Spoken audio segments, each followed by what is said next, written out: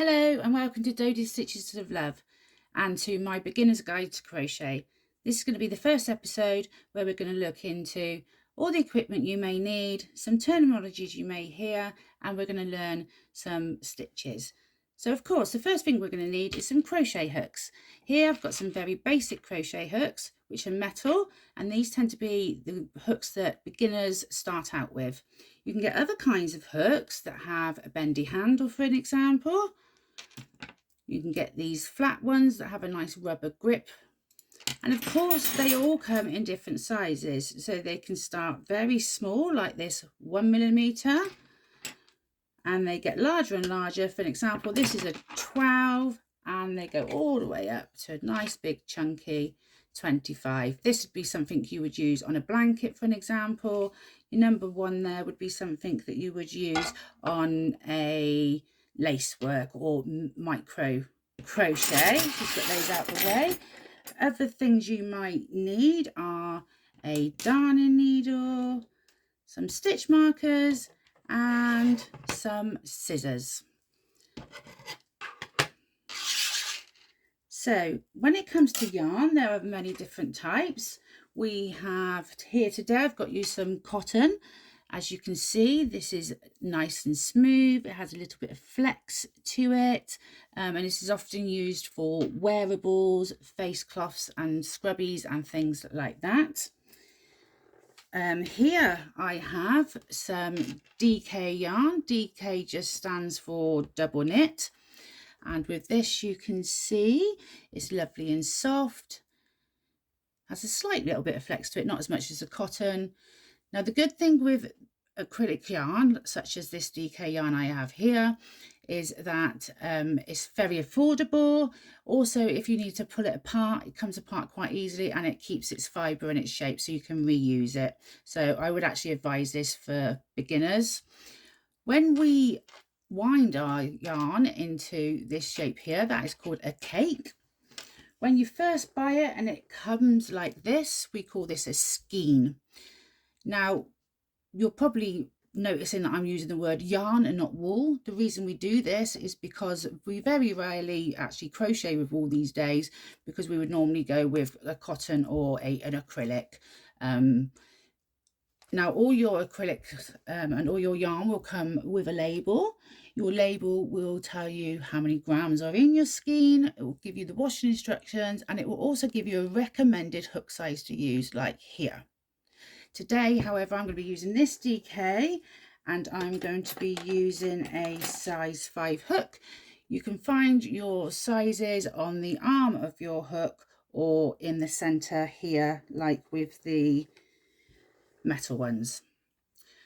Some other terminologies you need to know is this part of the yarn that's not attached to anything we call the tail, and the piece that is attached to your skein is called the working yarn. So the first thing I'm going to teach you is how to create a slip knot. So to create a slip knot, you're simply going to take your tail of your yarn and drape that over your fingers, secure with your thumb, wrap that round. When you get back up here and it crosses over, pinch that with your fingers. Then we take our working yarn behind the circle that we've created, and then simply pinch that and pull. And that gives us this nice little loop like this, which we put our hook through. You're going to grab your working yarn and pull, and as you can see, that then slides up and secures that nicely on our hook. So now we have our working yarn here, and our tail is over here. Now when you're holding your yarn, you want to create some tension. This gives you consistency in your stitches and make sure that your stitches all remain the same size. Now how I do this is palm up, open your fingers, drape that working yarn between your little finger and your ring finger, and grab, not too tightly, it only needs to be loose, and then you turn your hand over and that working yarn goes across your forefinger here. You can then control your yarn with that forefinger. Also frees up your middle finger and your thumb, which you can actually use to grab your work over here. So there you can see each finger is taking part in controlling where that yarn goes and how tight we're holding it. So the next thing you need to know how to do is a chain. Now most patterns start with a chain or a magic circle. I will teach you a magic circle in another video, but today we're going to concentrate on the chain. So to chain, you simply get yourself set up with a slip knot on your hook. You're going to take the working yarn that's draped across here from the back of your hook and bring it over to the front. And we do that like so. Once you have that on there, you're simply going to pull it through the loop that is on your hook already, like so. So again, back to front and through. You can move your fingers up to keep hold of those chains. We've created 2 chains so far. Back to front and through. Again, back, front and through. So now I've created 4 chains. We don't count that slip knot, and then we count 1, 2, 3, 4. So I'm just going to do a few more so I can then show you how we work into the chain. So your pattern will call for the amount of chains it wants you to have. So it may say something like 100 chains plus 1. Now you may wonder, why does it just not say 101 chains? It separates them out because it's allowing you to know that that plus 1 is for a stitch, a turning chain. So this could be the end of my chain here, and that stitch would be my turning chain, because when I turn my work over and I go into my chain, that last one I've done there actually turns into a stitch. If we didn't have that additional one, when we went back down, using the example of 100 plus 1, if we didn't use the extra stitch, we would only have 99 stitches left. So it's essential, if it says 1 or 2, you add those on the end. Now, once you've created your chain, you will see you've created these lovely little V's on the top here. And then if you turn it over, you've got these little single bumps. So these little single bumps are called your back bumps, and these are your stitches. Now I like to work into those back bumps on my chain, because when you've finished your piece of work, you will end up with both ends with these nice little V stitches. If you just work it into the tops of these stitches now, when you finish your work, you'll have loops one end and V's the other end. I just think it looks a much smarter if you've got V's both. So you can see where those back bumps are. That's what we're going to be working into. So the first stitch you need to know, and this is quite controversial, some people say it's a stitch, some people say it's just a technique. Either way, we still do it the same way. So this is going to be a slip stitch. So to do a slip stitch, you simply take your hook, put it through that back bump that I've just mentioned, and then straight away just take the first loop we've got on our hook through that second one, and there you've created your first slip stitch. Again, go through the back bump. Now this can be a little bit fiddly working into the chain. If you need to use your finger to push it on, don't worry. As you can see, after many years of crocheting, I still do the same. So get our 2 loops on, and then that first one through. Again, very slowly through the back, through the back bump. So we've got 2 loops, and then just that one through that one.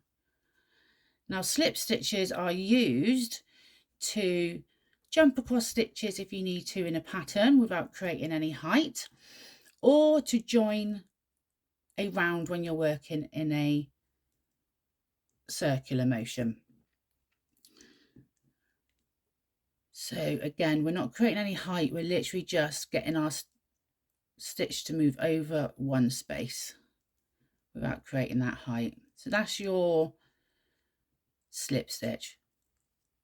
One more time then, through that back bump. So you've got 2 loops on your hook, beg your pardon, there we go, and then just straight through, one through the other. That's a slip stitch. So to create a single crochet, we're going to do something very similar. We're going to go through that back bump just like we did before, grab some yarn, pull through. Now instead of going straight through this loop like we did with the slip stitch, we're actually going to yarn on and then pull through both of those. So slowly again, that is through the back bump, grab your yarn, pull it towards you, then yarn on again and then pull through both. Now if you find that a little bit difficult to start with, you could go through your back bump, collect your yarn, pull it towards you, yarn on, go through one and then two. Just make sure you don't yarn on again in between going through those loops. So in, on, through, on, and both through. Again, I'll do that slower for you. In, grab that yarn, bring it towards you, put some yarn on, and then pull through both. And now what you can see that's creating for us is some height. So we're starting to build up the height now. With each time we yarn on, our height of our stitch gets that little bit longer, therefore creating more height. So again, on, through, through, grab to you, pull through two.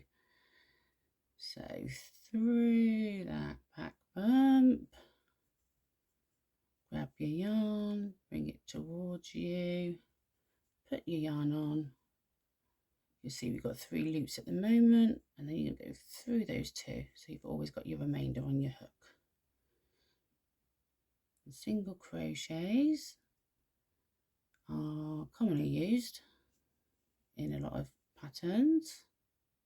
Now you can see there I didn't quite get under that back bump, so the easy thing to do is just pull your hook back out, make sure you get it in the position you want, yarn on and pull through. Now if you don't do that, what will end up happening is this will start twisting and you're getting a little bit of a mess. So it's important that you do go into the right stitch all the way along. So here's our last couple now. There we go, and you make sure now at the end of this chain, you make sure we go in this very last stitch, and you can just about see that back bump is still sat on the top there. If you need to push it on a nail or something, that's fine.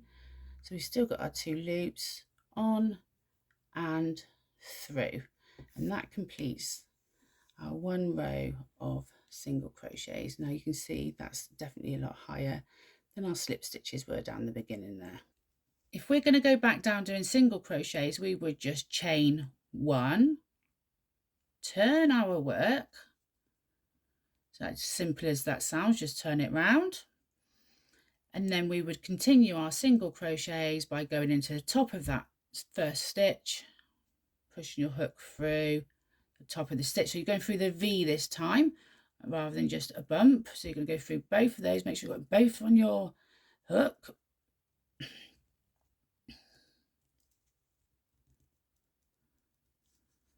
Grab your yarn, pull it back through towards you, yarn on and through. So through the stitch, pull it through, yarn on and through. Through the top of that stitch, grab your yarn, yarn on and through. And now you can see we've got 2 rows of single crochets, and you just work yourself all the way back down your row.